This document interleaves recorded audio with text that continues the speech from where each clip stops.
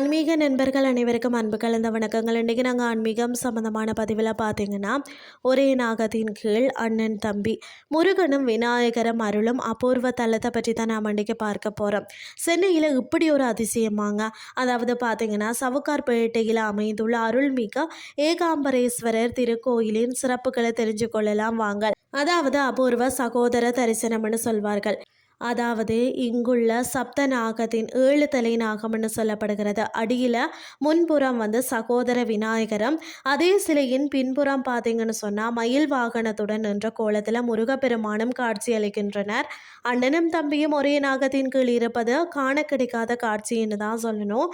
மற்றது பார்த்தீங்கன்னா கனவு ஆஞ்சநேயர்னு சொல்லப்படுகிறது. இங்குள்ள ஆஞ்சநேயரை வணங்கினால் நாம காணும் நல்ல கனவுகள் நனவாகுமாம், தீய கனவுகள் பழிக்காது என்பதும் பக்தர்களின் நம்பிக்கை இருக்கிறது. அதனால் இவரை கனவு ஆஞ்சநேயர் அப்படின்னு சொல்லி அழைக்கிறார்கள். மற்றது சக்தி பீடம்.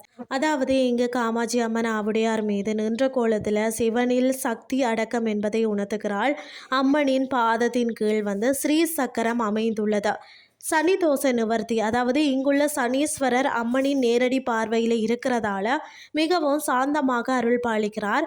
சனி தோஷம் இருக்கிறவங்க இது ஒரு சிறந்த பிரார்த்தனை தலமாகவும் இருக்கிறதா. அடுத்தது சுயம்பு லிங்கம். அதாவது இந்த தல இறைவன் சுயம்புவாக அருள் பாலிக்கிறார்.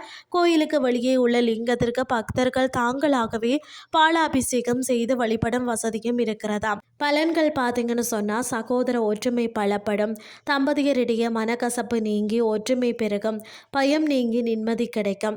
அமைவிடம் பார்த்தீங்கன்னா அருள்மிக்க ஏகாம்பரேஸ்வரர் திருக்கோயில், சவுகார்பேட்டை, சென்னை. இந்த தகவலை உங்கள் நண்பர்களுக்கும் பகிர்ந்து கொள்ளுங்கள் அப்படின்னு சொல்லி கூறிக்கொண்டு இன்றைய ஆன்மீகம் சார்ந்த பதிவை நிறைவு செய்து கொள்கிறேன். இதே மாதிரி மற்றொரு ஆன்மீகம் சார்ந்த பதிவோடு உங்களை சந்திக்கிறேன். அது வரைக்கும் நன்றி.